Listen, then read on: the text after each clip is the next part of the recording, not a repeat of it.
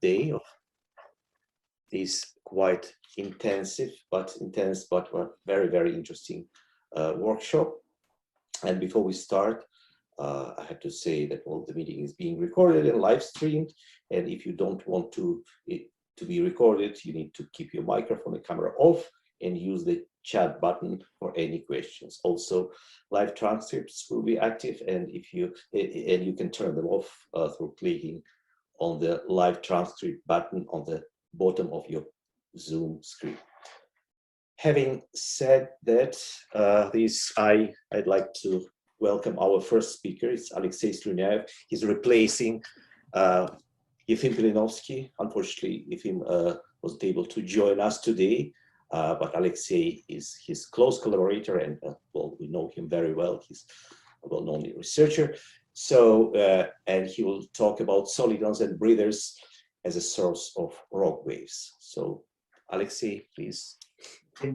Thank you very much for this introduction.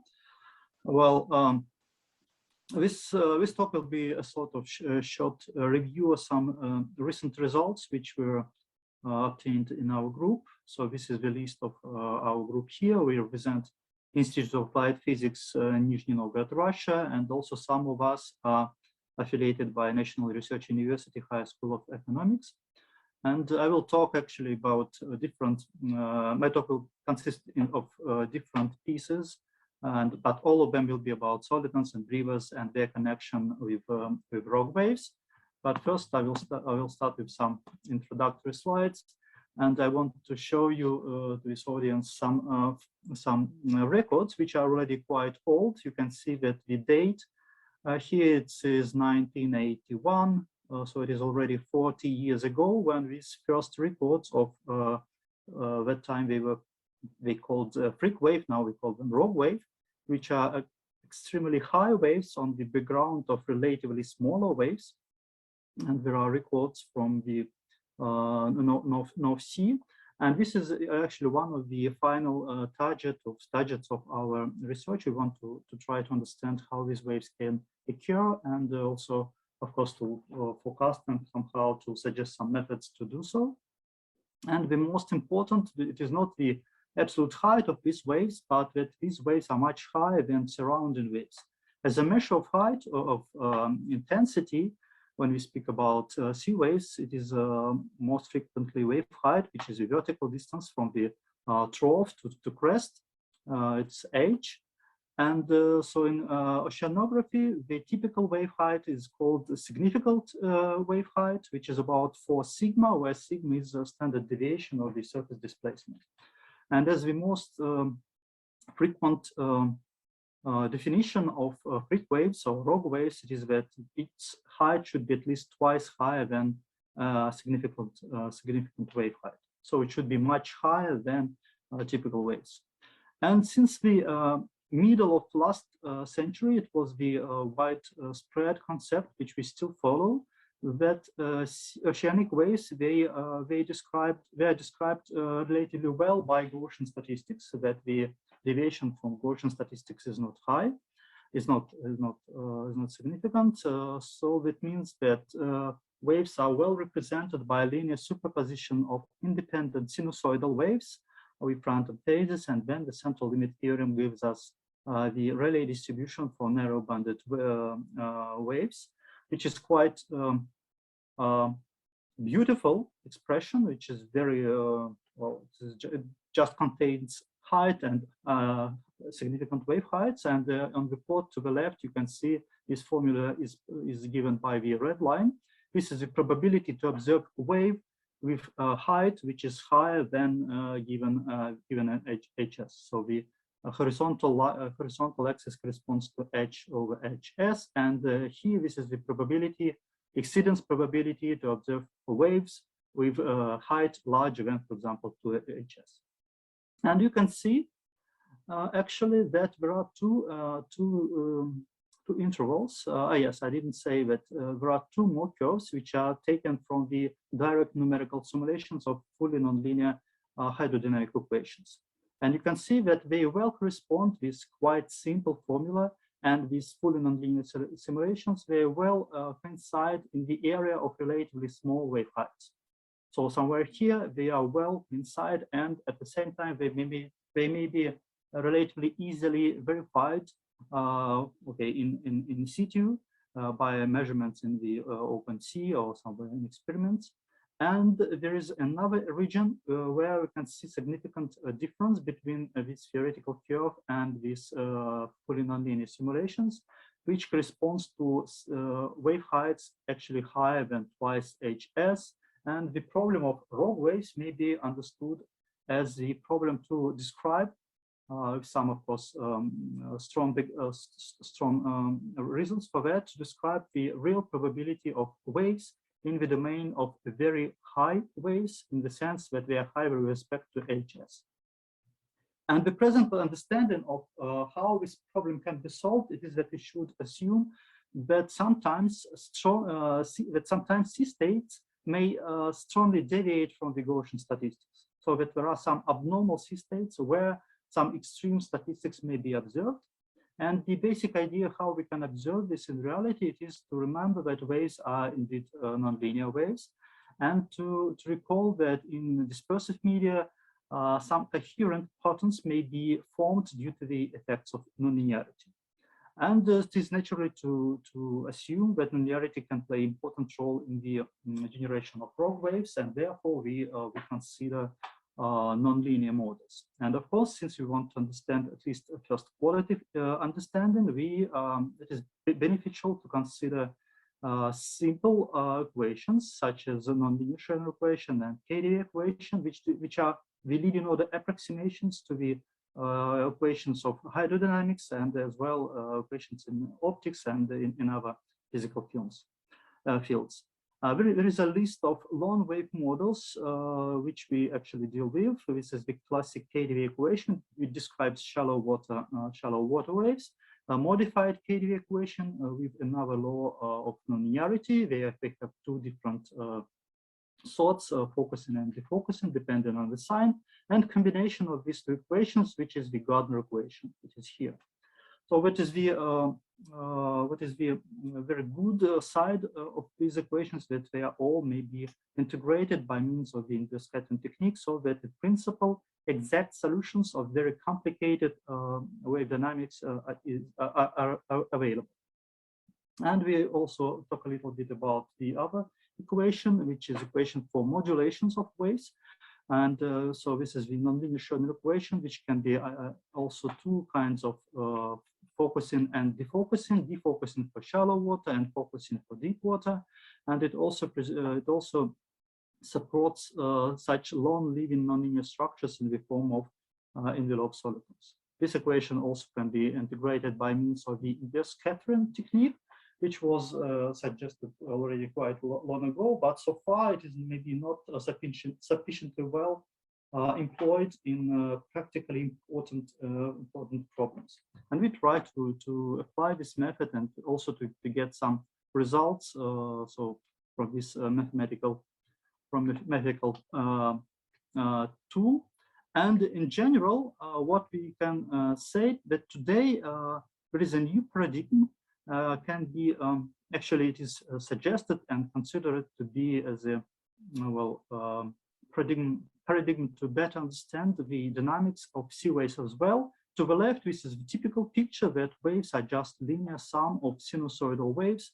Of course, waves are not sinusoidal; they are, so to say, corrected by nonlinear second-order corrections. But more or less, this assumption is still employed in many applications. But the new paradigm it assumes that the wave fields, they can contain some long-living structures which are similar to solitons or some envelope solitons or something else, some coherent wave patterns.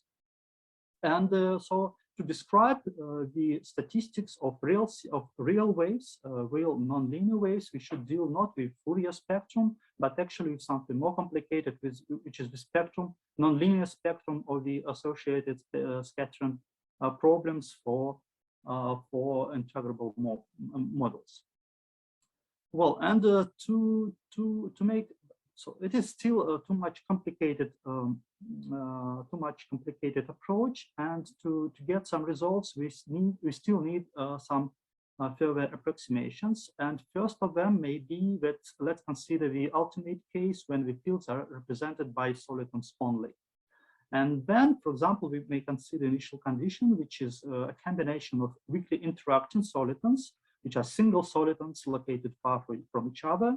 We can produce the initial condition, which contains some randomness due to the different amplitudes and locations of solitons. And then if this set of solitons is simulated within some equations, then this simulation mimics the random wave process.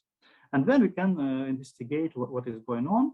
And since this dynamics is very much complicated, though it is deterministic because equations are integrable, we apply statistical moments to estimate the statistical properties of these waves. For example, we calculate asymmetry, which is the third moment, and kurtosis, which is the fourth moment, and they all characterize the deviation of the statistics from the Rayleigh, from the Gaussian statistics.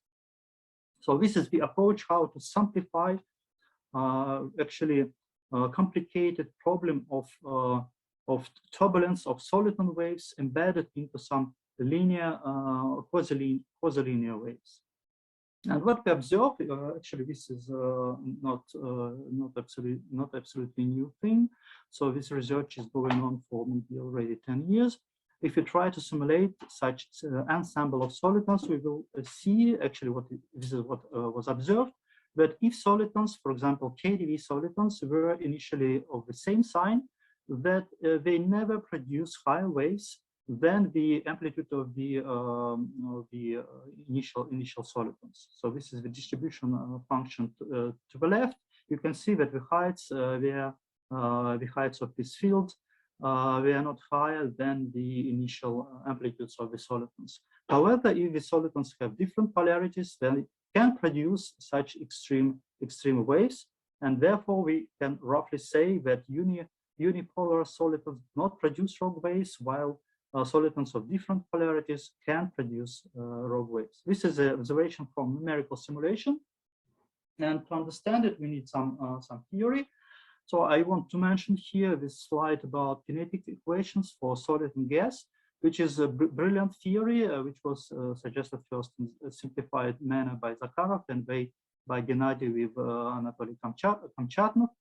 And this is a very powerful method to describe transport of the solid and gas density. However, it doesn't give us information about field amplitudes. For example, it doesn't describe the displacement of C waves, and therefore it cannot be used to evaluate statistical properties of extreme waves, actually what we need. Therefore, we need some different technique to find some different approach to give information what we want. And we try to play with exact multi-soliton solutions of integrable equations, since these equations may be applied as the first approximations for many practically important problems. Well, for example, the simplest case when there are two solitons, it was was done in the paper in 2013 with again Gennady as a co-author. So we can consider two soliton solution, and you can consider it as an elementary process of the soliton turbulence. So we consider the simplest bit of this turbulence. We can estimate what is going on when two solitons interact. And it was observed that actually, well, when two solitons, two KdV solitons or other solitons, when they do not interact at all, you can simply calculate their statistical moments analytically. So this is an example for two solitons as given to the right. So, but this is only when they do not interact. When they start interacting, you still have a formally analytic solution, but it is too complicated to take this integral. But still, we can use semi-analytical approach in the sense that we can calculate the analytical formulas numerically using a computer.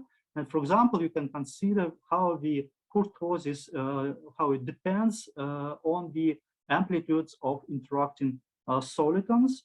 So this is the ratio of interacting solitons, and actually this is a cumulative kurtosis due to the process of their interaction. Actually, this is the deficit of the kurtosis, because indeed, when two solitons of KdV equation interact, then produce smaller kurtoses when they do not interact. Therefore, interacting KdV solitons, they produce even less extreme states. But we wanted to consider some more general solution. And this is, well, how we do it. We can construct n-soliton solution analytically, formally, or even to plot it, we need some symbolic computing system like Maple or from Mathematica or MATLAB. And this is a picture how, for example, 7 KdV solitons interact. We consider, so we actually construct them with the help of the Darboux transform, and we consider the particular case of such symmetric interaction when at the time t equal to 0, we have symmetric profile. And the solitons, they are most compressed, actually. This is the strongest sort of interaction between solitons. I will say a little bit more words about what it means in a few slides. Well, and so this is how it looks like. It is always interesting to see the dynamics in time. There are a few examples. This is an evolution of 10 soliton solution. This is the moment t equal to 0. As I said, it's a symmetric pulse, which with time, it evolves into a set of solitons. And you can see that soliton here is actually even higher than the amplitude of the initial condition. This is a quite well-known picture, actually, that the initial condition produces solitons of even higher amplitudes, which looks a little bit strange in some sense. Well, this is another example. This is a different set of solitons, but again, this is a symmetric condition at t equal to 0, which evolves in a set of solitons. So we consider this type of solutions of the KdV equation, and actually modified KdV equation and Gardner equation.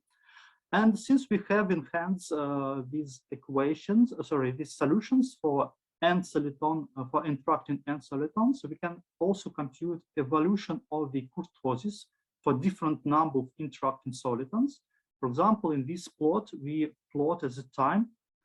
This is time, and this is the kurtosis. And by different lines, we show the kurtosis at a given instant of time for 15, 20, 25, and so on, and finally 50 interacting solitons with amplitudes which are given in this formula, which is just so this is a rational dependence between amplitudes. And we can see that indeed when KdV solitons interact with kurtosis, it decays, it goes down, then it approaches some sort of plateau, and then it returns back.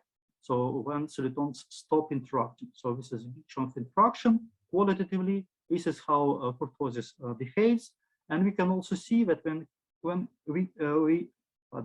we increase the number of solitons, finally we approach some limiting curve, which well approximates the limit of infinite number of solitons with amplitudes given according to this relation.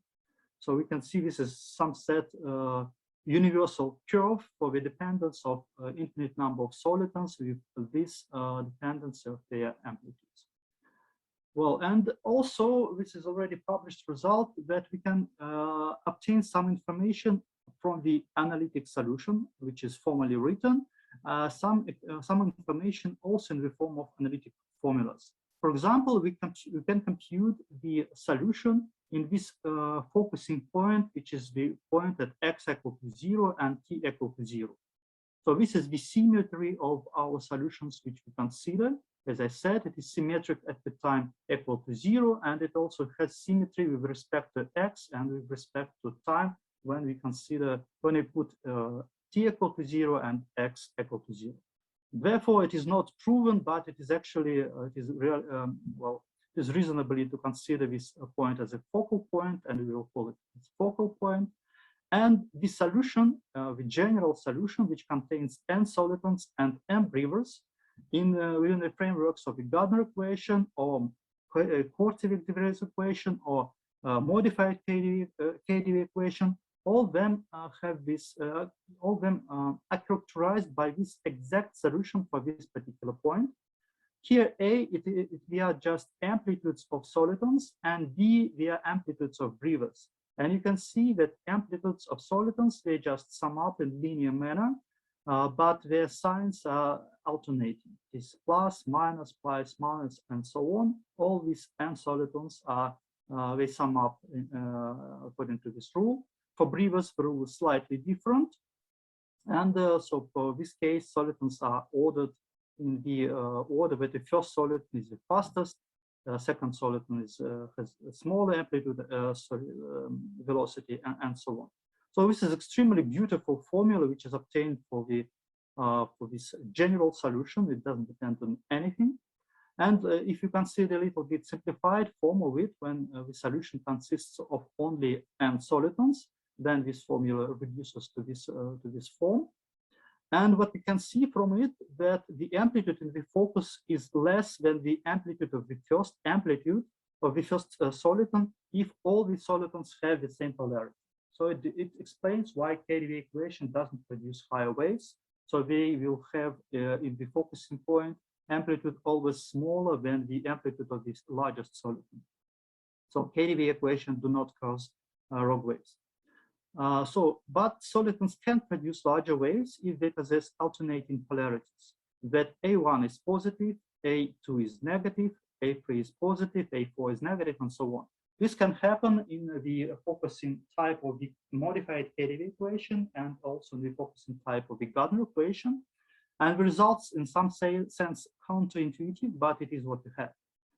And it is interesting also to note that the polarity of the largest of this large amplitude, it inherits polarity of the fastest soliton, because the A1, it is the amplitude of the fastest soliton.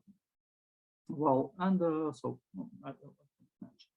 just there are a few pictures how it looks like. So this is the evolution of KdV solitons. You can see this is a sequence of black solitons, and t equal to 0. It is given by a red line. So this wave is even smaller than the amplitude of the first soliton. This is what we know. This is a more interesting case of the modified KdV equation when solitons have alternating polarities. This soliton is the fastest. This soliton has smaller velocity, smaller, and so on. Six solitons, they produce a wave which has the polarity of this fastest soliton and amplitude which produced from the partial amplitudes of all these solitons which actually are involved in this evolution.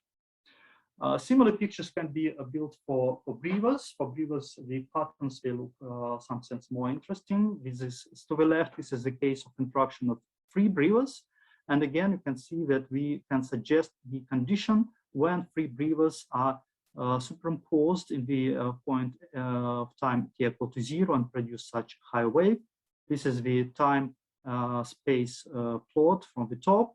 This is the case of interaction between one soliton and free breathers. All that is described by the formulas which we had.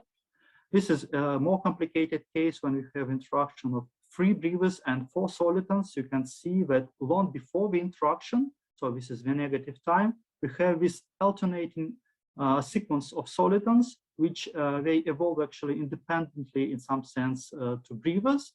And in the end, you can see that close to the interaction point, we see effectively alternating polarities of waves.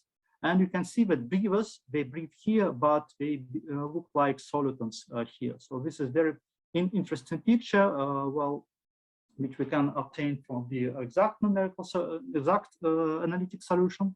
But we also can observe multi-soliton interaction in the direct numerical simulations of integrable equations as well. I will skip this just to show you some more slides about the last part of my talk, which will be about a slightly different field, in the sense that previously I was talking about long wave models, shallow water.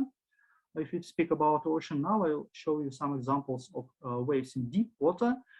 These are envelope solitons, which are described in the first approximation by the nonlinear equation. And I will show that we are able to distinguish long-living envelope solitons in the irregular fields of realistic waves. We simulate by direct numerical simulations the primitive equations for potential hydrodynamics we use random initial conditions for deep water unidirectional surface waves with Johnson spectrum, which is a typical model spectrum for the ocean.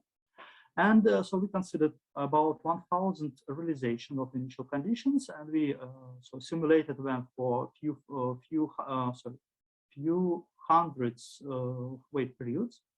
And in some sense, in some cases, we observed that long living large amplitude wave groups were formed in this field of irregular waves, and these particular realizations we studied in more detail. This is an example of such simulation. What you see from the top by the red colors, this is the surface of the sea, this is the X, and in co-moving coordinate, in co-moving frame, this is time over peak periods. By red, you can see that initially some group is formed here, and it remains somewhere at the same place here. It propagates approximately with the group velocity. And by green, you can see some slices via snapshots of the wave fields. So you can see this group, how it evolves. And we were interested in was this group soliton or not, because it was it was stable. It was propagating for more than 200 wave periods, which is extremely long. So it resembled much the soliton. And to understand this, we applied our technique. So we assume that locally in time and also in space, waves may be approximated by the focusing nonlinear Schrödinger equation, which is the first approximation for waves in the deep water. And if so, we solve the direct scattering problem for shorter samples of this record. And then, so this is a sort of window inverse scattering technique, direct actually scattering transform. And in this following this way, we obtain amplitudes of groups which are associated with solitons, not only amplitudes, but also velocities. And since we use a window transform, we more or less understand where they are located. There are two stages of this procedure, and you can see that for this instant of time, one large amplitude group was associated with soliton with amplitude 3.44 meters and with velocity 7.67 meters per second. We did this analysis for every instant of time, and these are the plots how the parameters of solitons evolve. By red circles here, you can see the evolution of amplitude of this soliton, and here the evolution of velocity of the soliton. So what is good from these plots? First, that these amplitudes and velocities in the neighboring points, they are approximately the same. It means that our approach in some sense robust. So we obtain some result what means something. And then we see that these parameters of this group, they are evolving slowly during these 200 of periods and even more. Actually, we say that we have intensity of soliton with approximately this amplitude and approximately this velocity. And throughout all this simulation for more than 200 periods, you can see that these values were just slowly varying. So we observed indeed wave in absolutely not integrable system, which behave very similar to envelope solitons of the nonlinear Schrödinger equation. So this is my final slide. Actually, I show that it is not only our interest to observe this soliton, but also that most of the extreme waves, they occur on top of this soliton. This is the same axis which I showed you previously for the surface. This is a coordinate in moving frame. This is time, and by crosses there are local maxima of waves, and by circles there are locations of the soliton. You can see that in absolute majority of cases, extreme waves they occurred on top of the soliton. So it means that solitons indeed can play important role in generation of very high waves in realistic irregular sea waves in non-integrable system in real hydrodynamic equations. So this is the some list of conclusions which just repeat some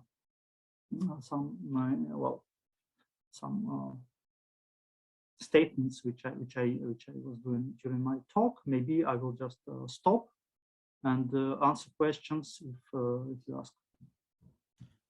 Thank you very much, Alexey. Well, we have time for maybe several questions before we go to the next talk. Any questions from the audience?